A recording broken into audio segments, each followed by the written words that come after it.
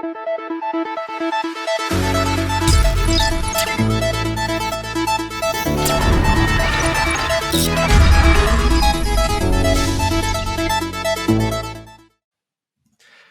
a todos, estoy aquí con Alex Galvez. Él es el conductor del podcast Fundadores y partner de 99 Startups, un fondo de venture capital que invierte en etapas semilla, en startups fintech y de logística. Bienvenido, Alex, ¿cómo estás? Muy bien, Jaime, y gracias por la invitación. Encantado de tenerte por acá. Eres un creador de contenido bastante exitoso. Veo muchas de tus publicaciones también en redes y estás creando bastante buen contenido para este ecosistema de startups. Entonces, para aquellos que quieren aprender más, ya saben que pueden buscar fundadores. Eh, Te pueden seguir en Twitter, donde veo que publicas bastante. Pero nada, antes de entrar a los temas de conversación que tenemos pensados para el día de hoy, me encantaría que la audiencia te conozca aún mucho más. Cuéntanos un poco esta trayectoria que has venido teniendo que te ha llevado a terminar armando un podcast y también un fondo de Venture Capital. Sí, yo empecé en algo que no tenía nada que ver con tecnología, estudié Derecho y luego empecé a dar cuenta de todo este cambio que se venía en tecnología. Tuve una empresa más tradicional antes, una empresa de gasolineras, y después empecé a invertir en proyectos inmobiliarios y ahí fue cuando me di cuenta de todo este cambio tecnológico que se viene, ¿no? Y que aún se viene muchas tecnologías, inteligencia artificial, blockchain, eh, biotecnología, y todo esto me fue llevando al mundo de las startups. Yo empecé en 2016 a invertir en algunas empresas. La verdad es que no tenía tiempo porque pues, tenía otra empresa y tenía mil cosas, pero me llama mucho la atención todo esto y sin saber mucho lo que estaba haciendo, empecé a platicar con algunos emprendedores, pues sí, a buscar emprendedores y de repente ver cómo ayudarlos, empezarlos a conectar con personas, empezar a invertir en algunas empresas, digo, ahí aprendiendo. Luego acabé llegando con algunos fondos de capital, de riesgo, y empecé a entender realmente pues, de qué se trata esto y cómo se debe hacer todo, cómo se debe construir. Invertí en algún fondo en esa época, también lo que me ayudó mucho a aprender a invertir, a mejorar. Y esta era una época todavía 2016 muy diferente a la que es ahora. Ahorita el ecosistema es mucho más grande, hay muchísimo más talento, muchos más emprendedores, muchas más buenas empresas. Y luego yo decía como, si me hubiera enterado todo esto antes de tecnología, tal vez en vez de ser abogado, hubiera estudiado algo de programación o ingeniería, o hubiera intentado cosas, ¿no? Tal vez alguna startup en la universidad, hubiera hecho como cosas desde antes, ¿no? Y empecé a descubrir mucho este contenido en inglés y veía todo esto y decía, ¿por qué no existe esto en español, no? Tal vez si existiera y yo lo hubiera descubierto antes, mi carrera hubiera sido diferente. Y según yo, pues ya como también una manera a ver cómo ayudar a los emprendedores, ¿no? Pues más clientes, más personas, pero es difícil cómo hacer que lleguen a más gente y también por eso fue que decidí empezar el podcast, también para agregar valor al ecosistema, para crecer y ya después, más adelante, ya que tenía, pues de hecho ya llevaba más como un año y medio con el podcast y llevaba pues 5 o 6 años invirtiendo, fue que decidí también empezar el fondo, porque siento que estamos en el mejor momento en Latinoamérica ahorita para invertir. Como decía, hay muchísimo talento. También ahorita hay fondos en etapas posteriores, lo que hace que haya talento, hay dinero y pues hay muchos problemas, ¿no? Lo que nos hace que haya muchas oportunidades. Entonces creo que es el mejor momento ahorita de Latinoamérica para invertir.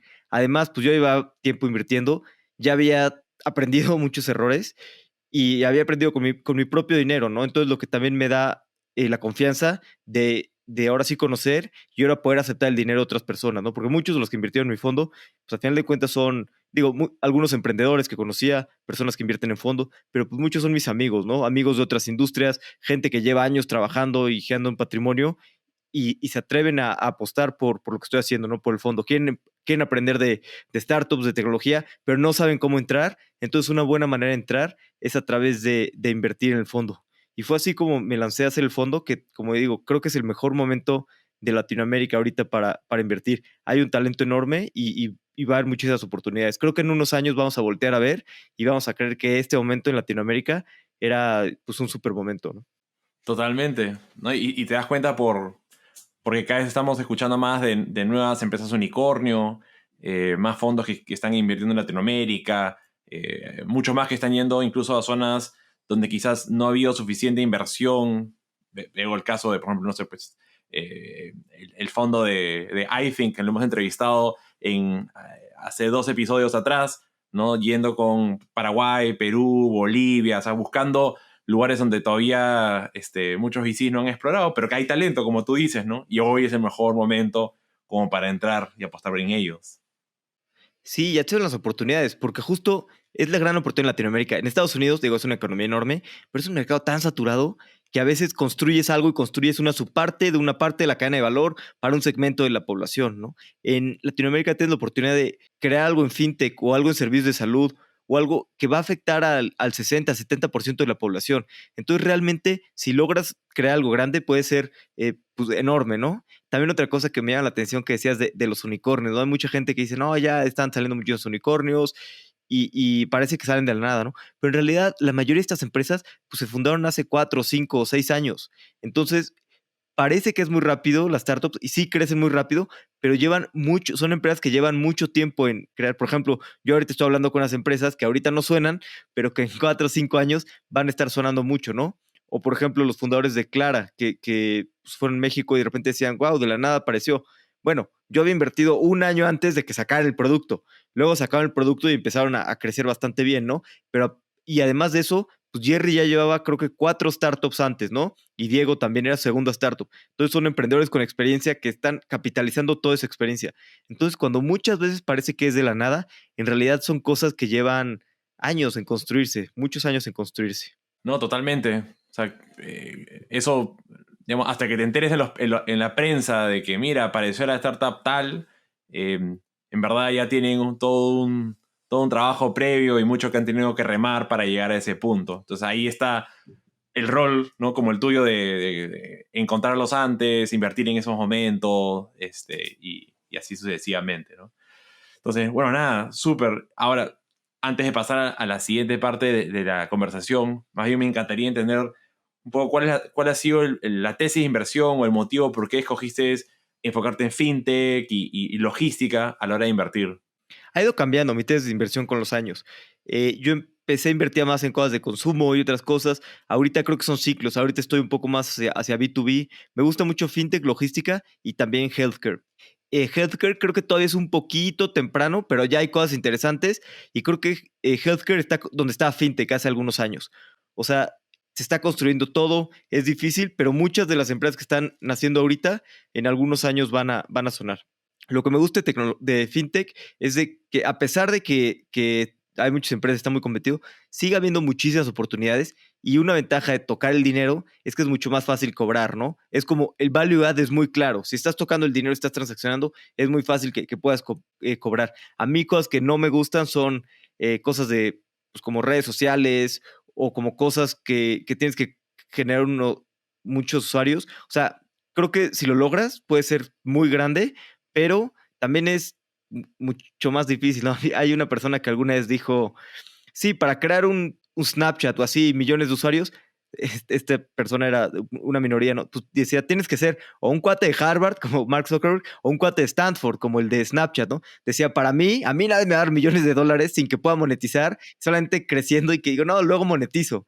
Y creo que es un poco así en Latinoamérica. La verdad es que eso, a menos de que tengas un crecimiento súper espectacular, pero lo veo difícil. Ese luego monetizo es muy complicado. Es mucho mejor monetizar desde el principio, agregar y también nada te demuestra mejor que le estás agregando valor a tus usuarios como cobrar, ¿no? Oye, ¿cuánto valor estás agregando y cuánto puedes cobrar de ese valor que estás agregando? Entonces creo que también tenemos que ser conscientes de eso. Por eso me gusta FinTech. Estás tocando el dinero, el valor es muy claro y hay mucha oportunidad todavía. Logística, creo que con lo que ha crecido el e-commerce, no tenemos la logística todavía como se tiene en otros países, ¿no? En Estados Unidos, en China, cómo ha crecido, y bueno, en Europa, obvio, ¿no? Pero, por ejemplo, es increíble lo poco integrados que estamos con los países. No sé si has mandado alguna vez un paquete entonces en Perú, no sé si has mandado a Argentina o a México. La verdad, yo la otra vez mandé unas sudaderas de regalo para alguien que me ayudó con feedback de fundadores. Me costaba más mandar la sudadera que el valor de la sudadera. Entonces, creo que hay todavía mucha oportunidad para integración y para crear esta red logística mucho más fuerte. Y entonces, pero en realidad, o sea, yo estoy enfocado en estas áreas, pero creo que hay mucha oportunidad en muchas otras áreas. Totalmente. También me gusta PropTech. Lo único que no me gusta es e-commerce y también las cosas que tengan que ver con el gobierno. Yo sí no invierto en cosas que tengan que ver con el gobierno, pero habrá otros fondos que sí. Es la ventaja de Latinoamérica, que como tenemos tantos problemas, pues hay muchas oportunidades, ¿no? Que podemos mejorar. Estuve viviendo un tiempo en Europa, digo, 6 meses y viajando y conociendo. y la verdad es que, o sea, increíble todo, pero pues las oportunidades no son igual, ¿no? Las oportunidades son muy diferentes aquí. Las cosas funcionan muy bien, el sistema de salud es mejor, el transporte público es mucho mejor. Entonces, si tienes un transporte público muy bueno, pues tal vez no tienes una necesidad de crear una startup de transporte, como sí es aquí en Latinoamérica, ¿no? Urban, por ejemplo, que acaban de anunciar su venta, que lo hicieron muy bien, pues fue una alternativa al transporte público de calidad, ¿no? Y un producto muy bueno. Y yo creo que con productos muy buenos hay mucha oportunidad. ¿No? Está perfecto. O sea, y creo que también evoluciona, como tú dices, la tesis, porque hoy algo está súper hot o se espera que será el siguiente tendencia o aparecerán muchos emprendedores en ese espacio y hay que estar adaptándose y o sea, no hace sentido como que se cerrarse por completo, ¿no? Las necesidades o los retos en Latinoamérica también evolucionan constantemente, ¿no? Claro, y el timing lo es todo. Una empresa que empieza ahorita, que puede ser las tarjetas de crédito, ¿no? Clara, Jeeps y todas estas. Si ahorita lo empiezas, no digo que no se pueda, pero es mucho más complicado, ya hay competencia muy bien fondeada, creciendo. Exacto. Y si lo hubieras empezado tal vez 3 años antes, pues estás muy temprano, ¿no? Porque no están esos early adopters, todas las startups. Creo que el momentum es todo, el timing. Otro ejemplo muy claro está Corner Shop, ¿no? Cuando empezó Corner Shop, hay cierta tecnología que ya existía en los celulares, otras cosas que te permitían pedir el súper por internet, pero antes hubiera sido muy complicado. De hecho, pues en Estados Unidos es muy famoso, está Instacart, que es lo mismo que Corner Shop, pero muchos años antes, creo que en los, no sé si en los 90 o en los 2000, había otra startup que quería llevarte el súper a tu casa a través de internet, pero fracasó porque no había internet en celulares, no había todo. Entonces llegaron muy temprano y fracasaron. Y lo interesante es que uno de los mismos inversionistas, Ese era Webvan. sí, sí, Webvan, creo que fue en la época del dot-com bubble y el boom y entonces... del dot-com bubble. Y lo interesante es que creo que Sequoia fue inversionista en ellos, no funcionó, pero aprendió y estaba con los ojos abiertos y cuando llegó Instacart dijeron, no, pues ahora sí debe funcionar porque la tecnología está en el lugar, ¿no? Entonces, obviamente el equipo es muy importante. Esa es una valiosa lección, y perdón de rubro, porque creo que a veces, y es natural el ser humano, que cuando nos sale algo mal, decidimos nunca más volver a hacerlo, ¿no? O sea, no nos funcionó, ¿no? Nos dolió económicamente muchísimo, decidimos ya no seguir haciéndolo, pero ahí pierdes la oportunidad, o más bien dices, ok, ¿cómo capitalizo en esa lección? Eso cómo lo llevo a hacer una lección más bien, y ahí tienes un Sequoia que dice, sí, sí, no, es súper difícil. Y es súper difícil. Y es súper difícil hacer eso. Yo he visto inversionistas que han invertido en una empresa que fracasó y luego ven otra empresa y dicen, no, es que eso no. O empresas en las que ellos emprendieron. Esto, inversiones que emprendieron algo similar y que fracasó y ven otra empresa y dicen, no, es que eso no, porque yo sé que. Y al final funciona bien. O como alguien que está muy metido en la industria, ¿no? Conozco una persona que está muy metido en la industria del real estate y decíamos que se le habían ido todas las grandes para invertir porque estás tan metido en la industria que no ves la innovación, ¿no? Hablas con te voy a inventar, hablas con la house, ¿no? No, es que eso nunca funcionaría porque no sé qué, o hablas con otros, ¿no? Y a veces cuando estás tan metido en la industria, es difícil ver que las cosas se pueden hacer de otra manera. Entonces, pues por eso ocurre la innovación, ¿no? Las empresas tradicionales les cuesta darse cuenta de ese cambio y a los inversionistas que están muy metidos en la industria les cuesta darse cuenta por qué sí puede funcionar, ¿no? Ven como, es como que a tu mente llegan todas las razones de por qué no y no esos por qué sí. Y eso es difícil de hacer y es una cosa que hay que aprender muy bien al ser inversionista en startup. Sí, o sea, porque, y me pasaba mucho en Guaira también, cuando estaba como director y teníamos que evaluar diferentes startups para invertir, obviamente recurríamos a talento experto que había en Telefónica, porque había gente que estaba especializada en blockchain, en logística, en diferentes tipos de tecnologías que puedan haber, agro, y cuando les consultábamos, obviamente todo lo que te van a decir son todas las razones por qué no va a funcionar. Obviamente, como inversionista, dices, ok, muchas gracias, pero luego tú tienes que evaluar y decir, ok, ¿qué tanto es esta persona me lo está diciendo como experto? Que son expertos en decir no, los expertos. Y cómo puedo yo determinar que esto puede ser un sesgo o puede estar equivocado y qué cosas sí es cierto, ¿no? Entonces, ahí está el malabar que es la chamba del inversionista. Y también el potencial. Siempre va a haber razones para decirle que no a una startup. Siempre va a haber, oye, yo creo que el mercado, creo que el timing, creo que siempre va a haber razones.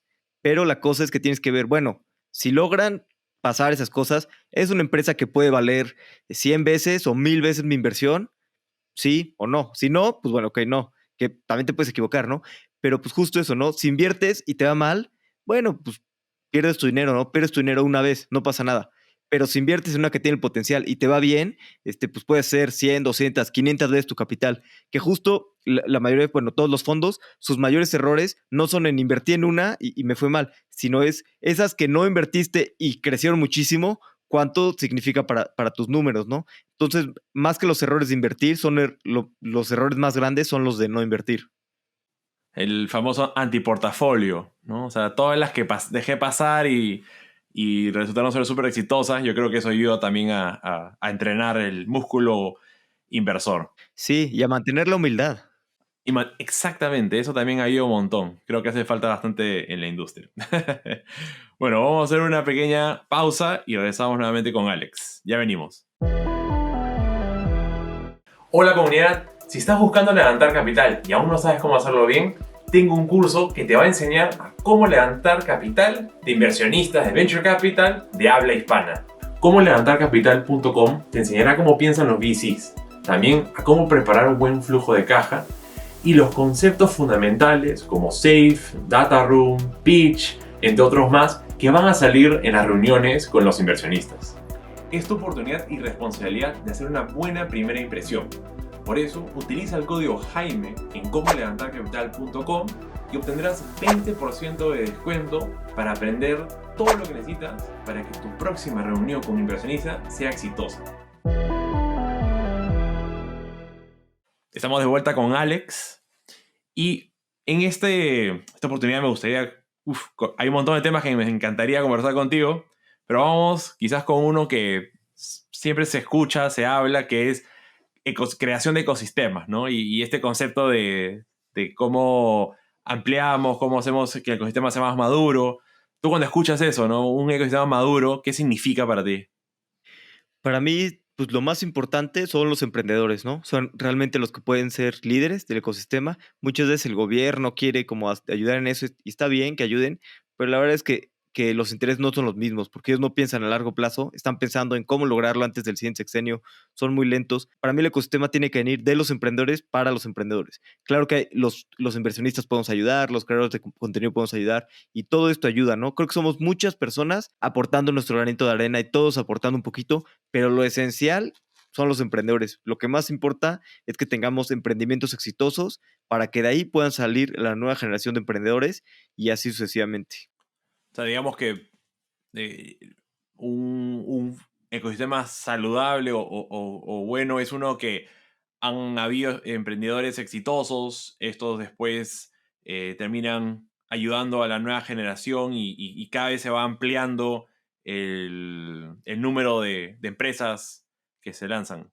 Sí, como esto que es muy famoso, ¿no? Del PayPal Mafia o el Rappi Mafia ahora, pero en realidad hay un estudio Endeavor que demuestra que es idéntico en todos los ecosistemas del mundo. Así como funciona el PayPal Mafia, que salen de ahí, no sé, 10 que luego fundan unicornios, te volteas a Israel y es lo mismo. De las primeras grandes empresas, de ahí salen muchísimos emprendedores que fundan otras empresas.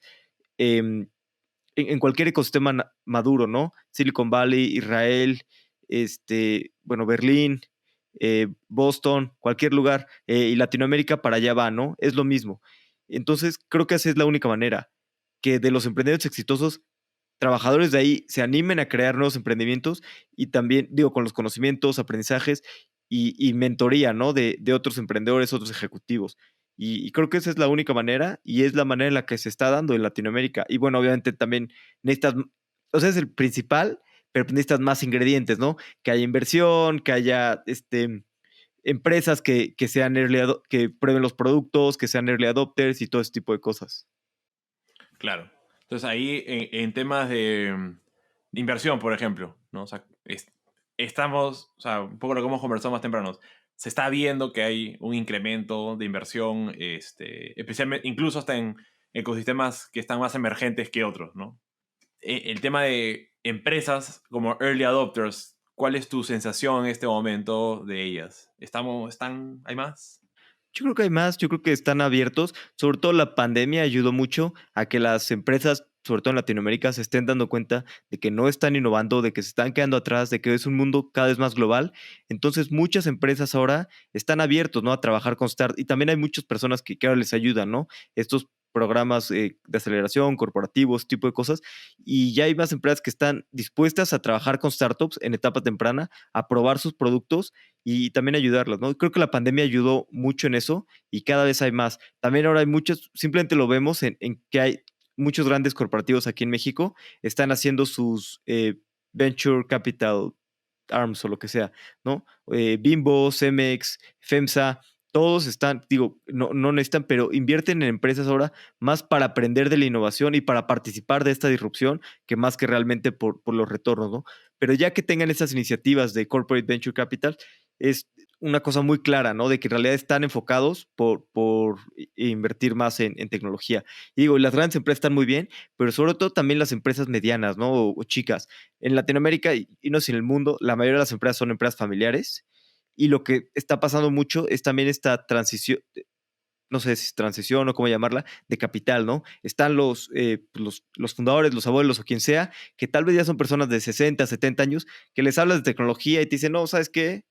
Yo ya, ya no quiero, yo ya hice, pero las siguientes generaciones, que son personas de 40 años o de 20 años, están viendo, porque esta innovación la vemos en todos lados, vemos la tecnología que está impactando todos los ámbitos de nuestra vida, y entonces están viendo esta innovación y están ellos viendo cómo participar en la innovación, cómo meterse, ya sea a través de inversión, ya sea a través de empresa o ya sea a través de otras cosas. Entonces se está dando este cambio generacional y las nuevas generaciones están muy motivadas en meterse más a los temas de tecnología, porque si no saben pues que la empresa corre riesgo, ¿no? Si no te actualizas, pues te vas a morir. Y antes sí tenías que actualizar menos rápido. Ahorita con la velocidad de la tecnología es más importante que nunca estar realmente viendo qué está pasando y estar actualizando la empresa. Y además, pues si tienes buenos productos tecnológicos, buen software, buenas herramientas, pues va a ser mucho más eficiente, ¿no? Como empresa.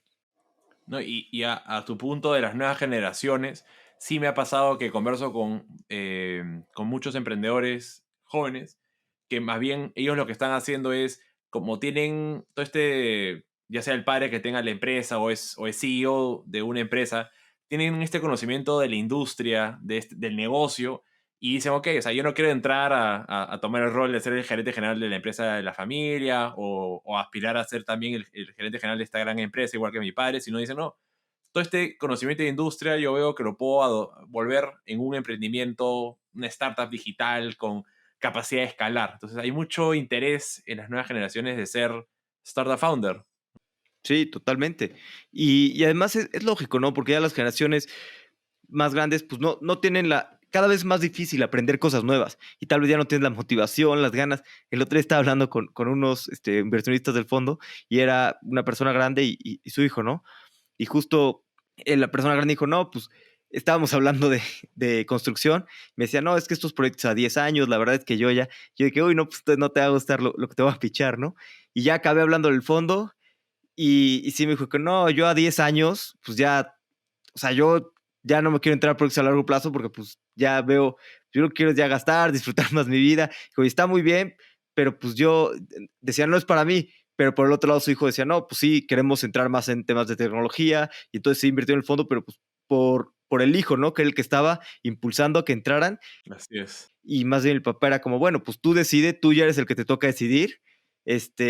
Pero sí, él me decía, pues ya estas cosas a 10 años, también no es fácil, ¿no? Pensar a 10 años y pensar tanto a largo plazo. No, exacto. O sea, todo depende un poco de cuál es el interés que tienes a futuro, ¿no? Muy corto, más largo. Si quieres si es un tema de aprender, estar al tanto de lo último que está sucediendo. Creo que hay muchos motivadores que te empujan a entrar a este espacio de inversión. De ahí, más allá de inversionistas, o sea, ¿qué otro tipo o sea, inversionistas, hemos mencionado empresas que toman a startups como cliente, hemos mencionado Estado también, o sea, un poquito para ti, ¿cuál es el rol que debe de cubrir el Estado en creación de ecosistema? Para mí el rol del Estado es muy complicado y lo que deben de hacer es dejar a los emprendedores en paz, es quitar trabas, ¿no? No intentar, porque a veces dicen, no, voy a hacer esta partnership con el Estado y ni se cierra porque tardan meses en pagar. Lo que deben de hacer es quitar trabas. Oye, tenemos estas trabas fiscales, tenemos estas trabas de trámites, facilitar trámites, simplificar trámites, quitar trabas y dejar a los emprendedores trabajar. Está muy bien que ellos quieran hacer cosas, pero tú llegas con alguien del gobierno que es el nuevo de emprendimiento, no sé qué, y hace cosas, pero pues a los 3 años lo cambian. Pero, por ejemplo, ha habido muchos casos de éxito. O sea, yo lo que digo que tienen que hacer es simplificar y quitar trabas. Sin embargo, en Latinoamérica también hicieron casos muy bien. O sea, Startup Chile y Corfo hizo las cosas muy bien para empezar a que rodar esa bolita de fondos, de emprendimiento. También el INADEM, la verdad, digo, ya lo quitaron, pero la verdad es que en su momento que no había nada, sí ayudó a que empezara a rodar la bolita de estos fondos. Pero yo creo que ya empieza a rodar la bolita, ya es quitarte, es simplificar trámites y no estorbar, ¿no? Simplificar y dejar a los emprendedores trabajar. Sí, de hecho, muchos de las personas que han trabajado para el Estado en tema de fomento al emprendimiento, hay varias que te dicen, ¿no? O sea, esta iniciativa se creó para poder fomentar el ecosistema de startups, pero también se creó para que tenga un fin, ¿no?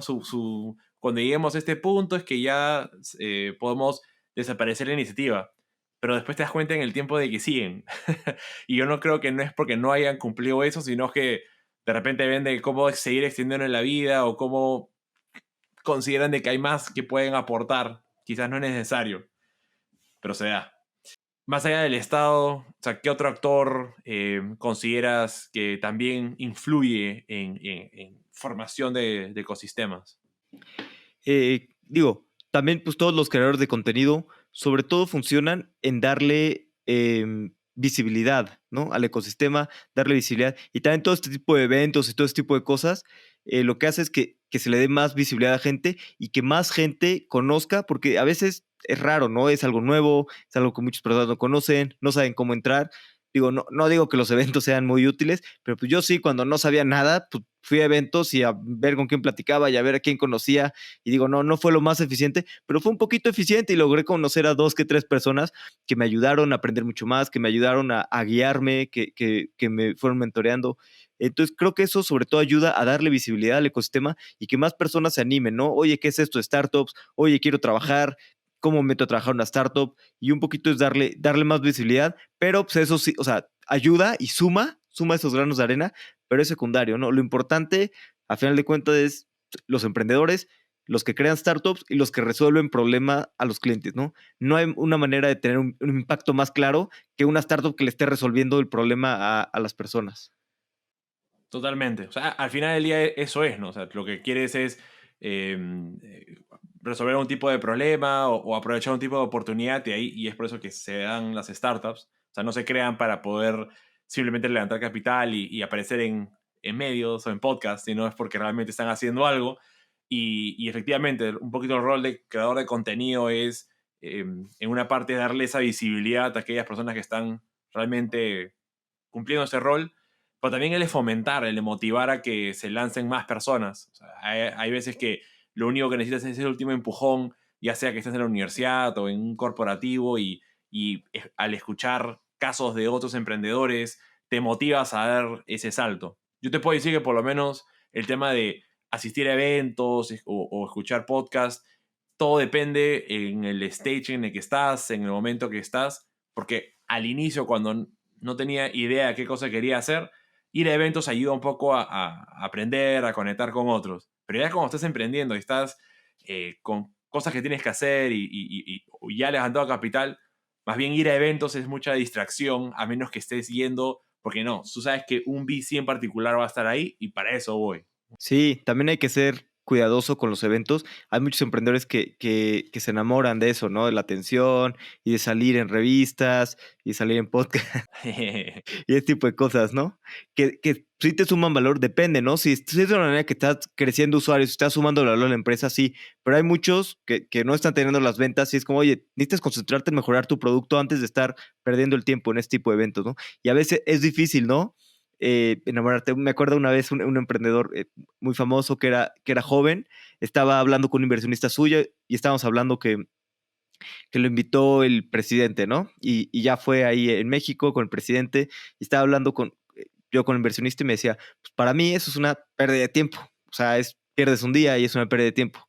Pero, pues por otro lado, es difícil, ¿no? Decir que no a esas cosas y si eres alguien joven y te invita el presidente a ir y tomarte la foto Claro. y en cierta manera te da publicidad y te puede ayudar, ¿no? Pero hay que, o o sea, sí ayudan, pero hay que ser muy cuidadoso con no dejarte enamorar por este tipo de cosas y por el canto de las sirenas. Es verdad, ¿no? Al igual que los 1000 premios que uno postule, concursa, también es muy atractivo el querer ese reconocimiento, pero al final del día también hay que priorizar. Y en el tema de asistir y presentar en eventos, ahí, o sea, porque hay uno es ser asistente, ¿no? Que eso está clarísimo, que tienes que saber si vas porque estás yendo a aprender, a hacer networking y cuál es el valor. Pero cuando uno va a presentar, ahí también es tiempo que estás perdiendo. Lo único que ahí yo agregaría es, aparte de qué valor le voy a sacar, también está el componente de cómo voy a regresarle este favor al ecosistema, porque yo sé que mi ponencia, mi presencia ahí puede ayudar a motivar a otras generaciones a emprender, ¿no? Totalmente. Y eso es muy cierto, pero también hay que ver si realmente estás en el momento en el que estás tú o sea, tal vez si no estás tú, está otro, ¿no? Pero si ya eres alguien muy bueno, pues tal vez sí vas a ayudar mucho en inspirar a la nueva generación de emprendedores. Y algo muy curioso que pasa, en lo que yo he visto, es con las mujeres. Necesitamos más mujeres emprendiendo. Hay mucha oportunidad para problemas. Tú ponte a pensar, yo me pongo a pensar, ¿cuántas cosas no conozco y no entiendo bien? Sí conozco, pero no entiendo de la vida de mi esposa. Muchísimas. Y entonces todas esas oportunidades de emprender pues son mucho más fit para una mujer que emprenda. Y a veces lo que pasa es que las mujeres son muy buenas, tienen tanto esa presión que a veces no quieren aparecer en eventos, no quieren aparecer en podcasts porque están concentradas trabajando. Y por un lado está bien, pero por el otro necesitamos más mujeres que sean estos role models para que más personas se animen a emprender, más mujeres. Y es lo que tú decías, también es bueno de ir a los eventos a hablar, sobre todo para que puedas motivar a más personas, ¿no? A emprender. Y justo eso, ¿no? Ves un emprendedor, que es lo que me gusta de los podcasts, hablas con ellos y dices, pues es una persona igual que yo, igual que todos. De repente salen las revistas, todo muy bien y todo. Te das cuenta de que, pues, de que tienen problemas, de que han tenido los mismos problemas que todos, muchas cosas no les funcionan o incluso Exacto. otro emprendedor que me decía que cuando era joven, él vio que alguien de pues, sus conocidos emprendió de su salón de clases y decía, oye, pero pues este cuate es más pendejo que yo. Si él está emprendiendo, pues entonces seguro yo puedo emprender. Y eso lo motivó. Dijo, pues si este puede y es más tonto, pues claro que yo puedo. Entonces también ver eso, ¿no? Que es algo, somos personas normales y cualquiera puede intentarlo y No era la motivación que la persona esperaba a la hora de presentar, pero funciona, ¿no? pero así funciona, exacto. Sí, o sea, al final también influye mucho con quienes se termina rodeando este equipo founder de atraer el mejor talento para complementar lo que uno no tiene, ¿no? O sea, y creo que también eso es parte del por qué cuando ya tienes un rol de CEO también te conviene, obviamente, midiendo, siendo un poquito calculador en el buen sentido de la palabra, dónde aparecer, porque quieres jalar talento y quieres que la gente sepa de tu empresa también, ¿no? Sí, también una parte importante del CEO es ventas, ¿no? Venderle a los clientes, venderte a los empleados para conseguir el mejor talento, vender a inversionistas. Entonces, pues sí es, o sea, sí es parte importante visibilidad. Digo, no lo es todo, pero esa visibilidad sí te puede ayudar a atraer mejor talento, a tener mejores inversionistas y todo, ¿no? Digo, hay que tener en cuenta cuándo sí y cuándo no, y no dejarte llevar tanto por eso, pero sí te agrega valor, ¿no? Depende de la etapa en la que estés. Ahí transicionando un poco a este rol, pues entonces que tenemos desde el otro lado como creador de contenido, el de más bien hacer visible lo que están haciendo los emprendedores, también los inversionistas, ¿no? Porque también hace falta mostrar más referentes de diversidad en este espacio. Un poco yendo a este espacio de creación de contenido, me gustaría conversar un poco de cómo has ido manejando tú la creación del podcast, cómo fue que partiste, no sé, o sea, esos primeros episodios, ¿cómo es que se te ocurrieron? ¿Qué fue lo que te dio ese empujón? Ahí cuéntanos un poco más. Sí, yo en mi mente siempre tenía muy claro cómo iba a ser mi podcast. Tres cosas, hablar primero del emprendedor en su vida, luego de su startup y luego unas preguntas finales. Y emprendedores, como que hablaba, lo que pasó es que hablaba con muchos emprendedores y luego pasó que algún amigo emprendedor salió en algún otro podcast, Jonathan de Green en su momento y algunos otros y decía como, pues yo podría entrevistarlo, ¿no? Yo, tal vez no mejor porque esa haya sido muy buena, pero yo podría entrevistarlo mejor, ¿no? Muchas veces. Y era como, no quiero ser grande y decir, uy, yo iba a hacer un podcast, ¿no? Es siempre el típico de que, uy, yo, y quedarme con las ganas. Claro, cuando tenga más tiempo, ¿no? Ahí me pongo a hacerlo, ¿no? Sí, exacto. Y también yo estaba aplicando a trabajar en algunas startups y nadie me quería contratar, no estaba ni pasando de entrevistas. Entonces fue como, bueno, pues no tengo nada que hacer, me voy a poner a grabar el podcast. Y justo es el ejemplo bueno pues de cómo las cosas a veces no empiezan por el mejor camino y van mejorando. O sea, ahorita la verdad es que mi podcast ahí va, tiene una buena audiencia, pero pues yo ves los primeros episodios y grabé todo mal, porque grabé con un micrófono en vez de con dos, no se escucha tan bien, tuve que regrabar el audio de mi parte, justo estrené y a las 3 semanas fue la pandemia, entonces también todo el mundo estaba hablando de la pandemia y yo con otra cosa, o sea, muchas complicaciones, pero por ejemplo, hoy en día, en un día normal, tengo más descargas de lo que tuve en los primeros 4 o 5 meses de los episodios, ¿no? Funciona distinto, ¿no? Y dije como, pues no hay que darse por vencido. Sí, es ese compounding effect. Y no hay que darse por vencido, ¿no? O sea, sí, mis primeros episodios pues no fueron tan buenos como hubiera gustado, pero lo importante es empezar, ¿no? También la ventaja de hacer entrevistas es que pues ya entrevistaste a las personas, no puedes no estrenarlo, ¿no? O sea, qué pena, porque ya te dio su tiempo, ya fue el favor. Entonces, pues la verdad es que fui poco a poco mejorando y ahorita creo que ya está en el lugar en el que me gusta y un poco lo que busco también es que sea un espacio muy diferente a las revistas y eso, ¿no? Que sea realmente hablar de confianza, hablar de las complejidades y que veamos eso, ¿no? Que los emprendedores pues, somos personas como cualquiera y que más personas se animen a emprender. Y bueno, y también lo que pasó es que pues también empezó a ser como una ruedita buena, ¿no? Para mi fondo. El podcast genera marca para el fondo y el fondo genera marca para el podcast, ¿no? Entonces, algunos emprendedores en los que invertí antes, como Ángel o del fondo, pues también a veces es bueno contar su historia, les ayuda a contratar mejor talento, a que más personas los ubiquen. Y entonces, como que ha sido pues una rueda, ¿no? Que se ayudan entre ellos. Pero pues también fue complicado. Hubo obviamente momentos en los que quería tirar la toalla, como que no estaba convencido. Luego soy a veces bastante introvertido y penoso, entonces me cuesta trabajo. Me acuerdo que me costaban bastante las primeras entrevistas. Y bueno, también como que ha sido eso, ¿no? También me ayuda a salir de mi zona de confort. Y si no haces cosas que te ayuden a salir de tu zona de confort, pues nunca vas a crecer como persona. Entonces también pues era un poco eso, ¿no? Salir de mi zona de confort, hablar con personas con las que me da pena y sobre todo como crecimiento personal y como el podcast que me hubiera a mí gustado escuchar cuando estaba en preparatoria, en bachiller. No, y algo que dices, ¿no? O sea, en los primeros episodios uno no se siente muy orgulloso de la calidad con lo que salieron.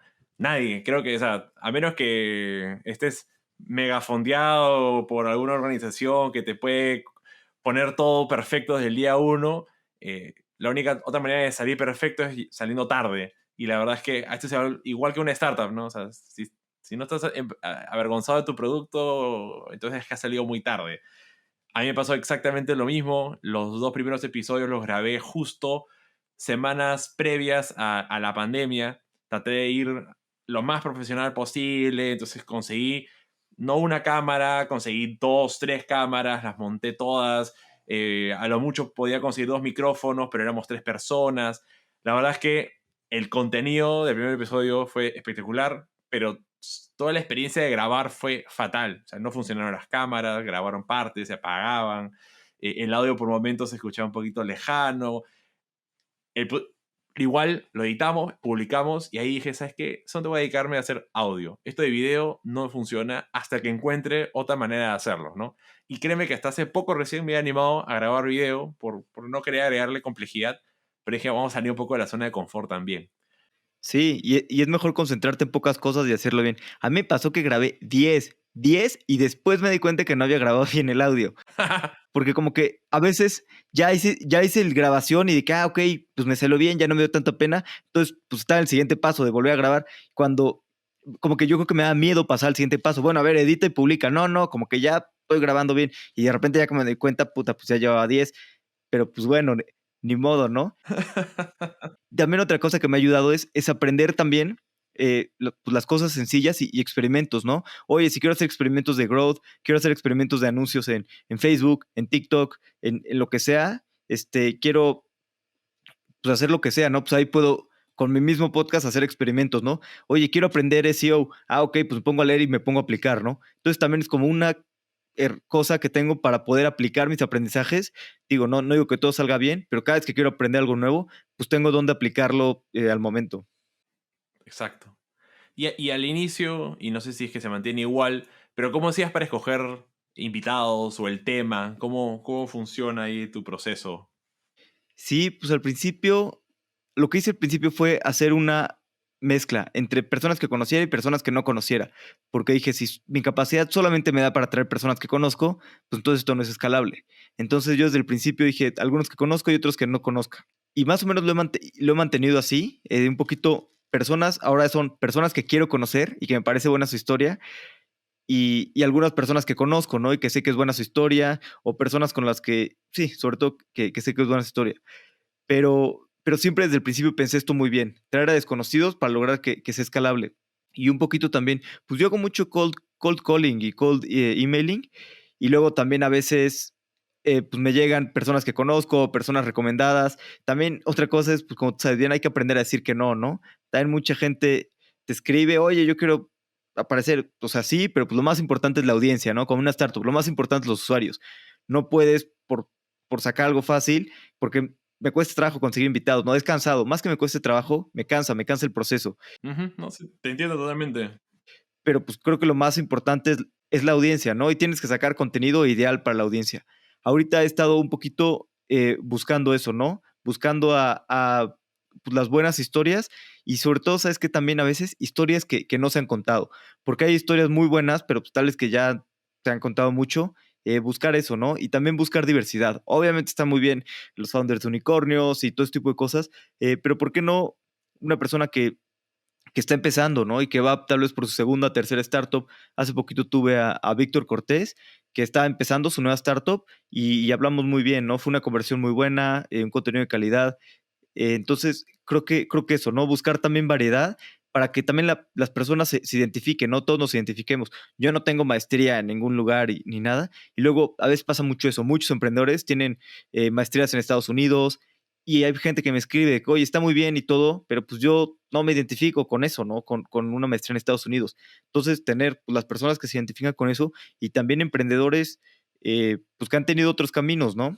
Tal vez más bumpy, digo, no más bumpy, no todos los caminos de emprendimiento son complicados, pero sí, buscar esa diversidad. También ahorita lo que quiero es salirme de mi zona de confort. Por ejemplo, ahorita he grabado algunas en inglés, también he grabado unas con más personas, voy a grabar apenas la primera con 3 personas, que me ha dado un poquito de miedo, pero ya dije, no puede ser, tengo que salir de mi zona de confort y animarme a grabar con varios a la vez. No, está buenazo. Y en inglés, o sea, ¿lo vas a publicar en el mismo feed o es uno aparte? No, en el mismo, todo igual. Digo, probablemente tendrá menos audiencia, pero bueno, es un tema que a mí me interesa y si a mí me interesa, seguro habrá más personas que les interese. Totalmente, totalmente. Y ahí un poco entrando o sea, me queda claro entonces cómo es que arrancaste, cómo vas escogiendo los temas y las personas a las que quieres que participen. ¿Cómo haces ya esos días, horas previas a la sesión de grabación? ¿Cómo te preparas? O sea, ¿cuál es tu técnica en todo caso? Yo lo que hago es buscar qué es todo lo que puedo hacer para que antes de que empecemos a grabar sea un buen episodio. Entonces me preparo muy bien antes, les mando un mail previo con toda la información, les mando un mail previo con algunos temas. Antes hacía una llamada previa de 5 o 10 minutos, como una semana antes, para hablarle ciertos temas, para que vieran que hice investigación y para dejarles ciertos temas en la cabeza, que estuvieran reflexionando. Ah, qué historia más chistosa de hace 1000 años, ¿no? ¿De dónde la habrá sacado? Y ese tipo de cosas. Investigo, leo sus redes sociales, intento escuchar todo lo que existe de ellos, YouTube. A veces también pregunto por personas en común, como historias, ese tipo de cosas. Sobre todo, intento como absorber totalmente la persona, ¿no? Y luego es como, ok, ¿qué es esta persona? Y, y está en todos lados. ¿Y qué no sé? ¿Y qué sería interesante, no? Saber. A veces hay cosas, sobre todo, creo que como tú bien sabes, para entrevistar bien, lo más importante es escuchar a la persona y ser muy empático. Creo que la empatía es lo más importante, ¿no? Y a veces, oye, pues hablar de cómo ser solo founder, cómo levantar capital, que eso es una cosa muy complicada, pero sobre todo ser empático, ¿no? Y pensar, pues, ¿qué pensó en ese momento? Y también el audio es cada medio te requiere diferentes cosas, ¿no? El video es un medio de mucha acción, requiere movimiento. El audio es un medio que requiere sentimiento. Entonces, lo importante es que puedas contar historias, describir, por ejemplo, los sentimientos. La voz se escucha mucho si yo estoy triste, si estoy emocionado. Todo eso lo escucha y lo percibe, tal vez hasta sin darse cuenta, la persona que está oyendo. Entonces, ¿cómo busco para que también es un medio curiosamente muy visual? Entonces busco que cuenten historias y que describan los lugares, ¿no? Oye, estoy en mi casa con una mesa de madera, en la cama, y todo el mundo se imaginó una mesa de madera, pero todo el mundo se imaginó una mesa de madera distinta, ¿no? Entonces a veces como que describan todo ese tipo de lugares y busco acomodar la conversación a que sea todo eso. Entonces investigo bien a la persona, le mando el mail previo y luego, pues ya antes de empezar, un pequeño preview, hasta tengo unos chistes preparados para romper el hielo. Busco también algo que sea conexión con ellos. Si les gusta el fútbol, oye, vi que te gusta tal equipo. Bueno, fue un mal ejemplo el fútbol, a mí no me gusta tanto. Pero oye, vi que tal cosa, algo que hagamos conexión, que podamos platicar y que te ayude a romper ese hielo y que puedas empezar mucho antes. Y ya después, pues hago toda la entrevista, como te decía, en 3 partes, hablar de ellos, hablar de su empresa y hablar de las preguntas de reflexión. Y luego también, cuando acabo, le mando una encuesta. Oye, les digo, si me puedes, a veces les digo, hay alguien que me quiera recomendar, en específico me puede recomendar a tal persona que quiero entrevistar, o sea, muy específico ya quién. Les mando una encuesta de 3 minutos con feedback que me ayuden a mejorar. Oye, ¿qué te gustó? ¿Qué no? ¿Qué puedo mejorar? No son esas las preguntas, pero algo así, ¿no? No las recuerdo. Y luego les mando eh, ya que publicamos, unos días antes de publicar, oye, vamos a publicar, este es tu portada del episodio, redes sociales, por si lo quieres compartir, no hay ninguna necesidad de compartirlo, pero pues, ayuda a que llegue más audiencia, igual tenemos audiencia, no te preocupes. Ya el día de la publicación les mando todos los links para que puedan compartir sencillo, redes sociales, y un mes después les mando también estadísticas. Oye, tuviste tantas descargas, tuviste tanta retención, y eso les encanta, ¿no? Porque aparte, pues casi todos los founders de startups siempre quieren más, quieren lograr más. Entonces les encanta ver esas estadísticas. Al principio me da pena, ¿eh? Al principio, la primera vez los quería mandar al mes y eran tan bajos que dije, no, vamos a esperar un mes más. Y los mandé a los 2 meses porque eran muy bajos. Y ya después fui cambiando y ahorita ya los mando al mes. Todavía me acuerdo uno que mandé que fueron, no me acuerdo si 40 o 60 creo, pero después de 2 meses. Yo decía, wow, es que es bajísimo. Ni sus amigos cercanos, su familia, nadie lo escuchó. ¿Qué digo? Fue mi culpa, no la suya, ¿no? Fue la pandemia y muchas cosas. Pero sobre todo, lo que he intentado es clavarme mucho en el tema, buscar ser muy empático y sobre todo, ¿qué puedo hacer que antes de iniciar a grabar, asegurarme que la entrevista va a ser exitosa? Claro que no todas son exitosas y no siempre sale, pero pues intentar hacer todo lo mejor que esté en mis manos. No, o sea, nada, me ha dejado sorprendido, porque en verdad es un montón de trabajo que va involucrado en que un solo episodio salga bien. ¿Con qué frecuencia salen los episodios? Semanal. Al principio eran menos porque empecé cada 15 días y ahorita semanal, e incluso hay semanas en las que sacamos 2 episodios, pero lo normal es semanal. Dios mío. Cuando se me acumulan demasiados, grabo demasiados y a veces es como hoy tu episodio sale en 3 meses, pues es mala experiencia para el que entrevistas, ¿no? Totalmente, sí, sí. Entonces empiezo a sacar 1 y 2 por semana, pero sí, así es un poco. Sí te entiendo porque, claro, a mí a veces me sucede que más bien estoy súper como que corriendo para poder llegar a tener un invitado todas las semanas, o sea, para publicar todas las semanas, y luego cuando tengo suerte de poder convocar a varios, más bien sí me ha pasado eso de que, sí, tu episodio sale acá en 4 semanas, ¿no? Para no decir un mes, ¿no? 4 semanas o... Un mes, y eso ni siquiera está tan mal. Yo a veces era de que salen 3 meses, 4 meses. O sea, ya sabes, sí se siente, aparte, pues pasa, ¿no? Que invitas gente y de repente no tienes, entonces empiezo a invitar más y de repente me contestan los que no habían contestado hace 2 meses y no sé qué, entonces de repente grabo muchísimos de jalón. Pero a ver, para no sentirme muy mal, porque toda esa preparación que tú dices, yo no llego a tanto y ahí me voy a llevar muchas de las sugerencias que me has dado, pero sí fue desde el muy de inicio o ha ido progresivamente, ha sido perfeccionando un poco esta manera de hacer la preparación. Todos los pasos fueron desde un inicio, he ido perfeccionando los pasos en sí, Ok, cambiando la encuesta, mejorándola, las estadísticas, el mail previo lo he ido mejorando, o sea, El mail de invitación lo he ido cambiando y mejorando. O sea, todo fue desde el principio así, pero todo ha ido evolucionando y mejorando. O sea, era así, no era, digamos así, pero pues digamos que calidad no la mejor.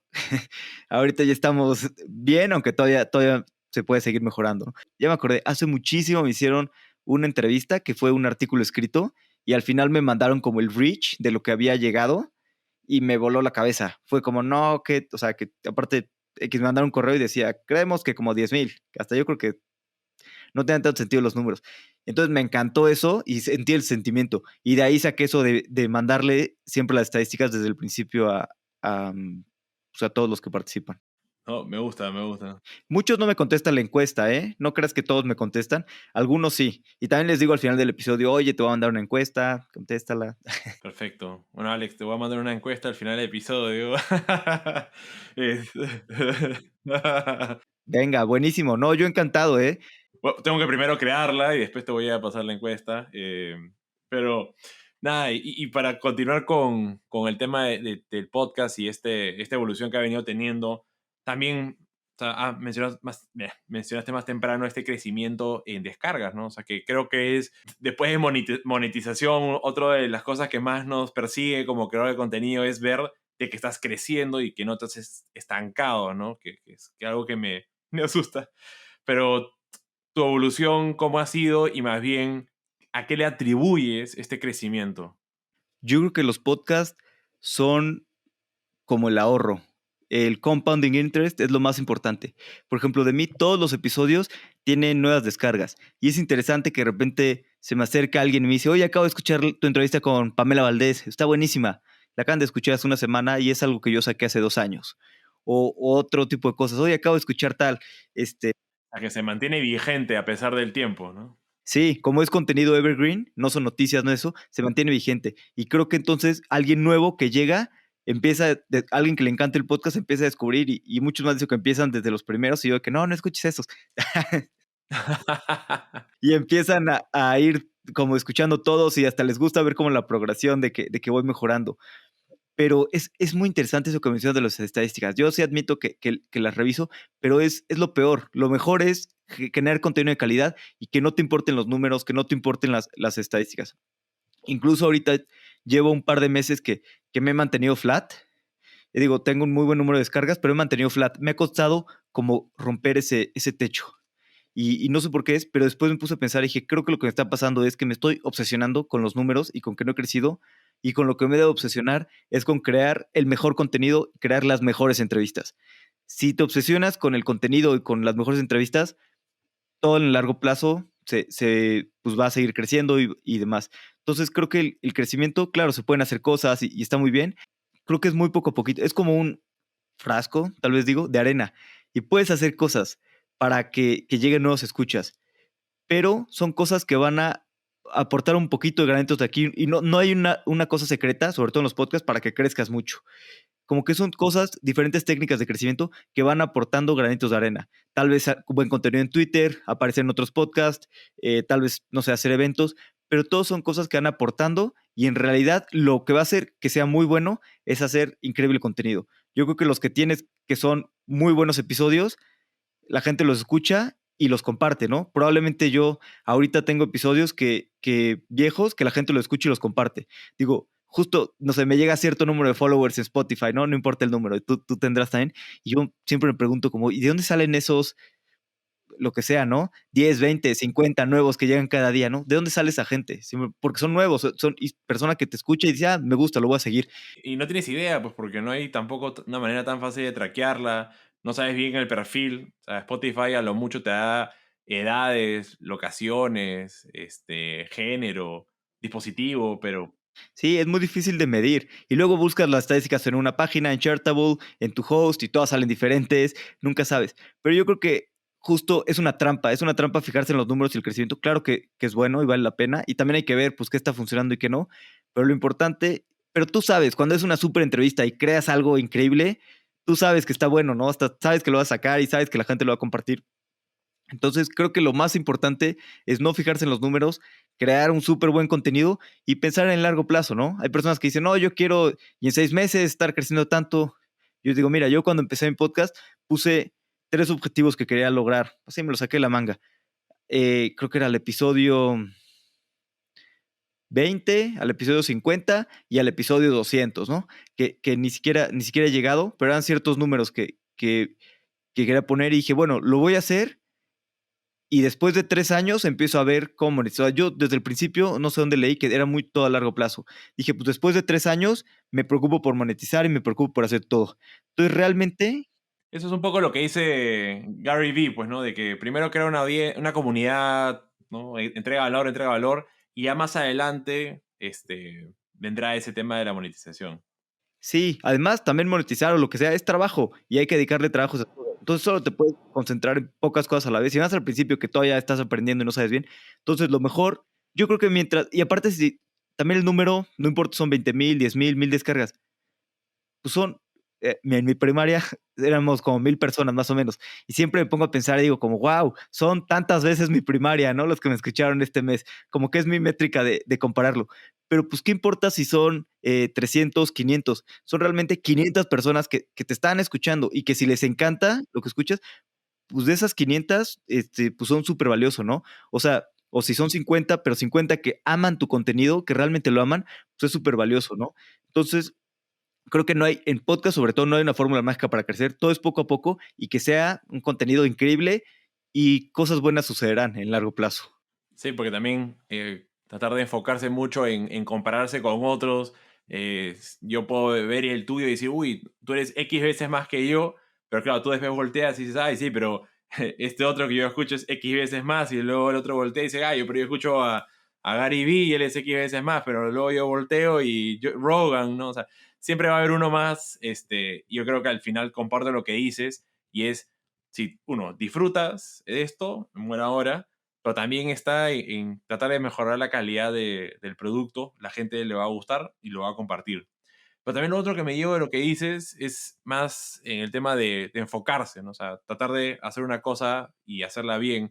Y en ese sentido también está el foco de la temática de los podcasts, ¿no? O sea, siento que al inicio muchos eran quizás más generalistas y hoy día ante la competencia hay que enfocarse mucho. ¿Cuál ha sido un poco tu experiencia ahí? ¿Has sentido de que has requerido eh, eh, ser más focalizado, reducir ciertas cosas para enfocarte, valga la redundancia, en algo? No, yo al contrario. Fíjate que yo he estado muy focalizado en emprendimiento en startups, emprendedores de startups en Latinoamérica. Y he estado muy enfocado en eso. Y más bien, ahora lo que quiero es ampliarme un poco más.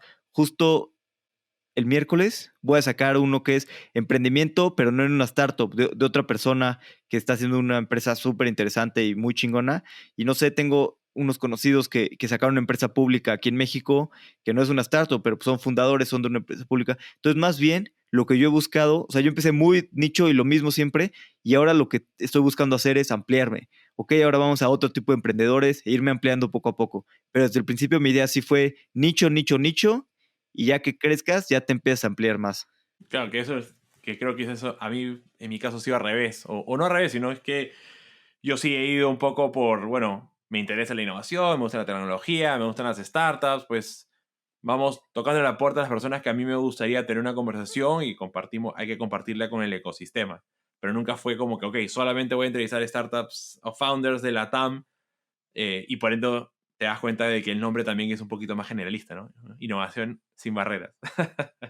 Pero bueno, o sea, no sé si es que a esta altura hace sentido más bien decir, ok, no, nos vamos a enfocar cuando ya existen muchos enfocados en startups en la TAM, o si es que más bien ser un poquito más generalista no es tan nada mal, ¿no? Yo creo que hace sentido lo que te den ganas de hacer, ¿no? Y lo que te divierta Es parte del journey que todos tienen que atravesar de hacer de creación de contenido, y lo que te divierta va a generar el mejor contenido. ¿no? Y para todos los que están ahí conectados, un poco, si alguno está intentando hacer o desarrollar una startup, perdón, un podcast, espero que todas estas lecciones que hemos venido conversando con Alex les sirvan para aterrizar en qué lo quieren hacer y saber de que esto toma tiempo llegar a lo que a lo que hemos logrado cada uno, pero que tiene un compounding effect, ¿no? va a ir creciendo cada vez más la audiencia, y que se diviertan en el proceso y creen el contenido que a ustedes les gustaría escuchar. Bueno, Alex, ha estado súper chévere esta conversación, ¿no? Y varias lecciones que no solamente son buenas para todos los que están en el ecosistema, sino también aquellos que están pensando en crear contenido, que sea podcast o otra forma. Podemos aprender. Yo, de hecho, tomo varias notas de cosas que tengo que ver de mejorar en mi propio programa, pero te agradezco por eso. Pero antes que nos despidamos, más bien quiero hacerte una última pregunta, y se lo hago a todo el mundo que pasa por el programa, y es: si tuvieras una máquina del tiempo que te permitiera enviar un mensaje a tu versión de hace 10 años, ¿qué le dirías? 10 años. Le diría varias cosas. Le diría en primera que, bueno, que me metiera en tecnología antes, que aprendiera a programar antes. Hubiera estado muy bien. Y sobre todo me diría, sé más ambicioso. Creo que es difícil pensar en grande y creo que me ha costado tal vez pensar más en grande y ser más ambicioso con mis proyectos, sobre todo cuando era más joven. Digo, y mientras más ambicioso seas, pues mejor vas a aprender más. Y creo que me hubiera gustado ser más ambicioso desde muy joven e intentar cosas grandes e intentar cosas desde muy joven. Y es algo creo que importante. O sea, obviamente meterse en tecnología, pero sobre todo esto, la ambición y pensar en grande. Y como dijiste, 10 años, otra cosa que me gustaría decirme es que disfrute a mi familia, que no siempre va a estar aquí. Que hace 10 años, justo un poquito menos, ya casi van a cumplir 10, falleció mi papá. Entonces, me diría eso también, que aproveche el tiempo con mi familia y que esté con mi familia y que los abrace cada vez que pueda. Totalmente de acuerdo con eso, especialmente lo último, ¿no? O sea, creo que la presión que nos ponemos propio sobre el mundo profesional, las cosas que queremos hacer, y ponemos las demás cosas en segundo nivel, ¿no? Que no está mal que uno quiera justamente ser ambicioso con su vida, pero nunca, o sea, creo que no hay manera después de traer las cosas que no hemos tenido el suficiente tiempo de poder compartir, ¿no? Entonces, pasar tiempo con familia, aprovechar esos momentos, creo que no es una distracción, sino creo que ayuda muchísimo a disfrutar de esta vida, ¿no? Sí, y hay tiempo para todo. Hay tiempo para ser más ambicioso y también para estar más con la familia. Así es. Este work-life balance que a veces yo leo que personas dicen no existe work-life balance, otros que sí dicen que existe, o sea, esta es la lucha eterna de eso. No sé si tú has podido manejar esta situación de balance, o si es que no hay, simplemente hay que convivir con las dos cosas. Pues sí, yo creo que hay que tener balance en el imbalance, ¿no? También lucho con eso por ser más balanceado. Nada, muchas gracias, Alex, por tu tiempo, por compartir, por abrirte a traspasar este conocimiento con la comunidad, y darnos estas lecciones finales. Éxitos con todo lo que van haciendo en Fundadores y también en el fondo. Ya estaremos conversando a futuro quizás más sobre ese lado, ¿no? El tema de inversión, ¿no? Pero por el momento, nada, excelente con todo. Ya nos vemos en una oportunidad. Sí, Muchas gracias a ti por el tiempo. Esperamos volvernos a encontrar en el futuro. Y y a toda tu audiencia los invito a escuchar Fundadores. Espero ahí que nos den una oportunidad si quieren saber más del mundo de startups y de VC. Y también, pues siempre tengan a 99 Startups en mente. Si están empezando a emprender, pueden aplicar en nuestra página web. O si quieren invertir, les interesa invertir más en startups, pues siempre estoy abierto a una llamada para dar mis aprendizajes de lo que aprendí como ángel inversionista y como ahora manejador del fondo. así es. Igual en las notas del episodio les estoy dejando todos estos datos para que puedan contactarse con Alex y encontrar Fundadores y el fondo también, para que si les interesa participar. Bueno, muchas gracias, Alex, nuevamente. Estamos en contacto. Gracias a ti, Jaime. Hasta luego. Estamos en contacto. Un abrazo. Un abrazo.